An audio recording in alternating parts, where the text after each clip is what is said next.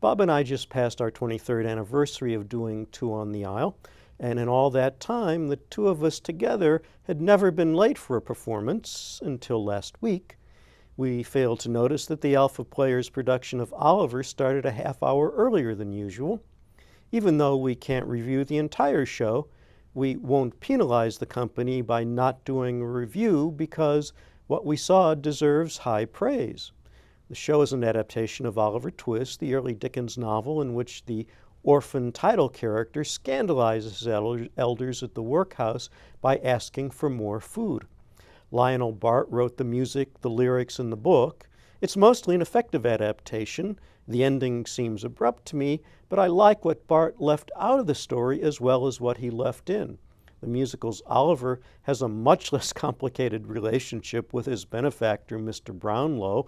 Also, the controversial but non-essential elements have been removed from the character of Fagin, the leader of a band of juvenile pickpockets. The Alpha production stands out for two reasons.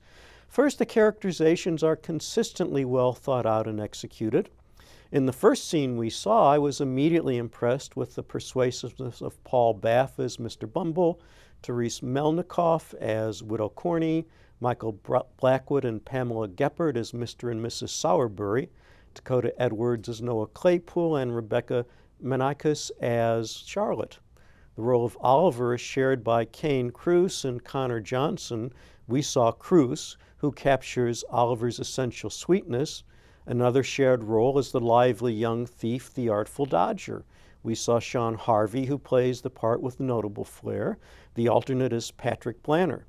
The two villains are a study in contrast. Joe O'Connor emphasizes the comic elements in Fagin's character, while Danny Brown leaves no doubt about the malevolence of Bill Sikes. Amanda Boyer is very sympathetic as Bill's lover, Nancy, who endangers herself to help Oliver. McLean Blanner is strong as Nancy's friend Bet. The kindliness of Mr. Brownlow is right up Tom Yeager's alley, and Angie Fink is a model of concern as Mrs. Bedwin. The other quality of the production that stands out is the purposefulness with which the cast consistently moves under Sharon Cotner's direction, particularly in the musical numbers choreographed by Manette Dennis. It's a pleasure to see how involved everyone is. In addition to directing, Cotner designed the flexible set, and the smooth transitions are a tribute to how well the design and the direction were coordinated. Cotner also co-designed the fine period costumes with Barbara Langa.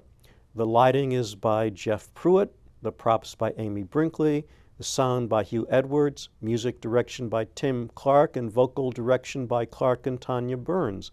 I'm just sorry I didn't see the first 20 minutes of their work.